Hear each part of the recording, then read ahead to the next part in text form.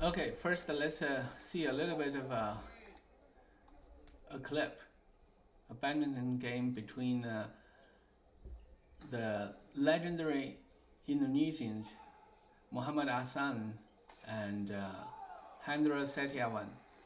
These two have been world champions multiple times, and Setiawan, in my opinion, is the best double players all time. There's no, there are some people that are close, but nobody can overtake him. So that's just my opinion. So in this game, if you have a chance, you can find it. It's on YouTube. So, and in this game, you can see at the end of the second game, they were basically just walking and playing, but basically teaching badminton there. So that's how much better they are to the other French pairs. But why are they so much better? That's the thing. I try to explain. I'll see. I try to find different ways to convey it to other people, but it's apparently not that easy. But I want to make a few points here. First one is some of the shots from especially from Setiawan, and people are considered trick shots. Okay, let me turn it off.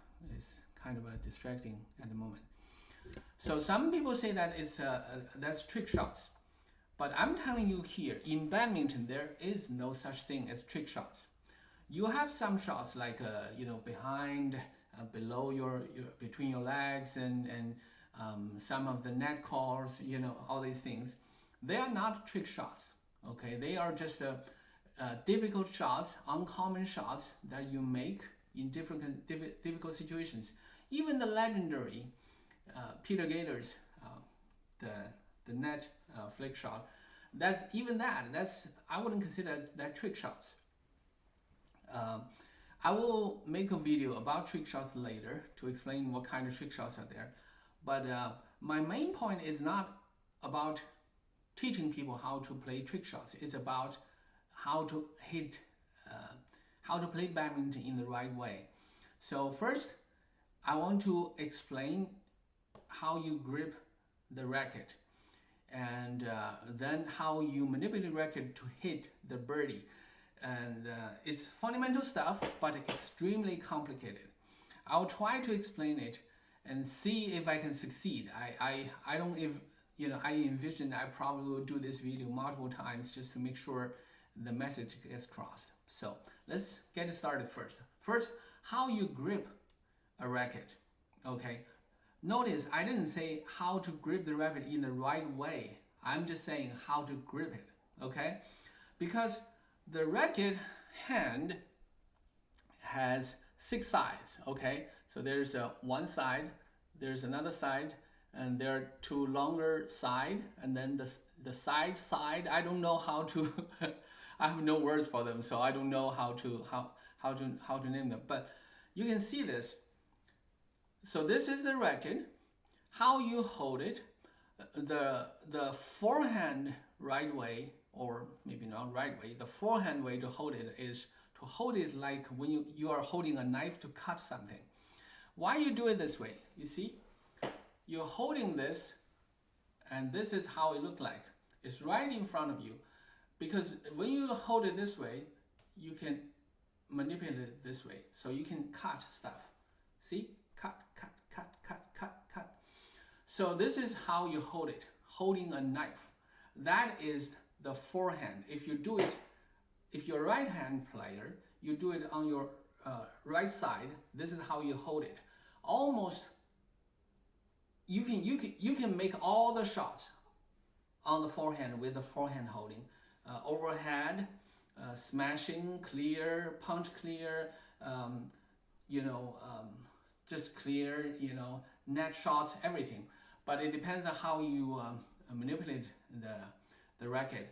I'm going to go there the second. So first one you got to remember here is you hold it like a knife, like a kitchen knife. You try to cut something, you cut some vegetables, okay?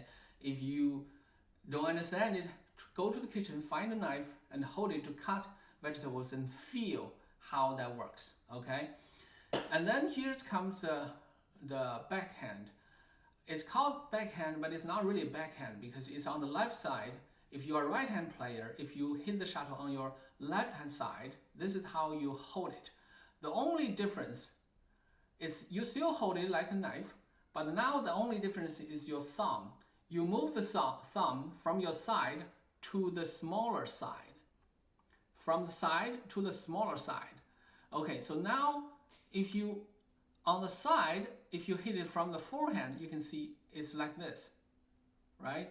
But on the backhand side, if you hit it, it's like this.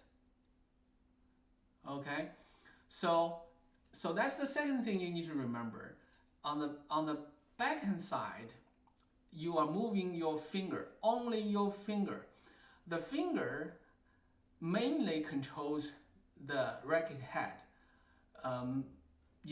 Because when you generate force, you don't use the thumb.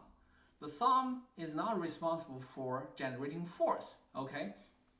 So now I made 2 points. One is the forehand side, you hold it like a knife.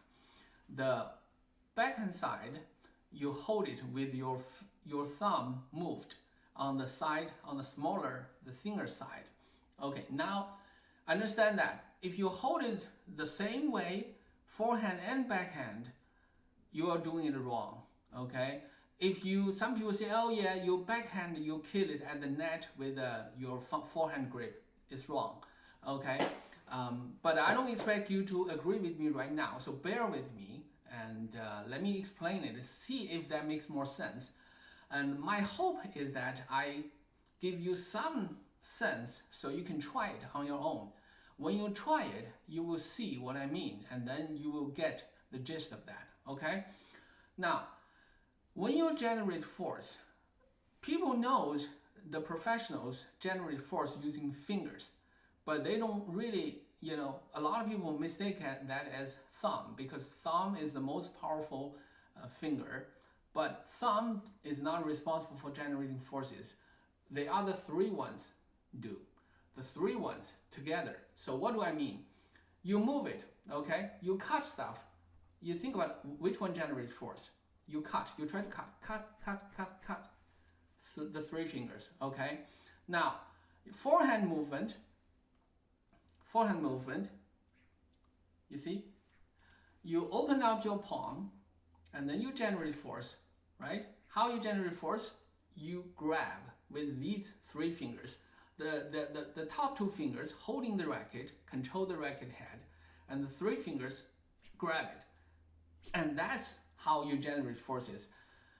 If you don't believe me, check all the professional games and see how those players, especially for the slow motions, see how the professional players generate force. Now, let's look at the backhand. In the backhand, how you generate force, if you use the forehand grip, the backhand is hard to generate force. But if you move it to the side, now see the backhand. You see? Still, the fingers open, and then you grab it to generate force. Okay? So that's how you generate force. So that's the second point. The first point is how you grip it, 2 ways, right? The forehand, backhand, different ways. Now, how you generate force, use these 3 fingers, okay? Now, here it gets complicated, okay? I want to stress that the most fundamental way are these 2 grips. You need to master them first. You need to understand them, you need to be able to use that in your game, when you hit shuttles, when you get familiar with that, and then you start to listen to what I'm about to talk about next, okay? The next thing I'm going to talk about is there is no right grip in badminton, okay? You can grip the racket whatever way you want, and you can generate force, you can hit shots. Literally, you can. What I mean by that, you see the double players, sometimes when they defend, they use something like this, right? In a different difficult angle. On the forehand side, if you check, say, Liang Weikeng, who is the #1 men's double players in the world now, he likes to use that. Or Wang Chang, almost all professionals, they know how to use this. They use it very proficiently. So the point is, you can use this, you can use that. Some people use the handle to hit the birdie, the shuttlecock. So what does that mean? That means as long as you generate the force, you let the racket head hitting the birdie, it doesn't really matter how you grip it. But how you grip it and how you move, how you hit, controls the birdie and controls the quality of your shots. If you are a professional, you can do all kinds of things, of course. You can do wonders with your racket. But there is a better way, there is a more efficient way, even for those professionals. You think about, say, Liang Weikeng, I see he does that, use this. This is one of the so-called trick shots, I guess. And when he does that, he usually puts himself in a disadvantaged situation. He does that not because, to gain an advantage, but to get himself out of a difficult situation. And generally he doesn't, okay, because your opponent is going to be professionals as well, so they are not going to be tricked so easily by that, okay? So now, so to clear that out of the way, is that what I'm saying here is, I'm not telling you there are only 2 ways to hold the racket. I'm telling you there are 2 better ways. So understand them first, and then you can explore any other ways to hit the shuttle, okay? Now, so that's the first lesson here. The first lesson is about how you grip it, okay? So the forehand and the backhand. The only difference, the thumb, okay? The thumb location. Now, it's going to be counterintuitive, but why though? Why is it counterintuitive? I want to make 2 points here, okay? The first point is, in badminton, you're going to hit the birdie. What is a birdie? Or a shuttlecock? Okay, this is a shuttlecock. The shuttlecock is irregular, okay? On one side, the longer side is 16 feathers, a bunch of feathers, sometimes from ducks, sometimes from other things, sometimes plastic, whatever it is. So basically, this is basically what it looks like. And the other side is about half of the globe, okay? A ball, a half of the ball, okay? So remember this. So this is irregular. So when it flies freely in the air, hello, what happened?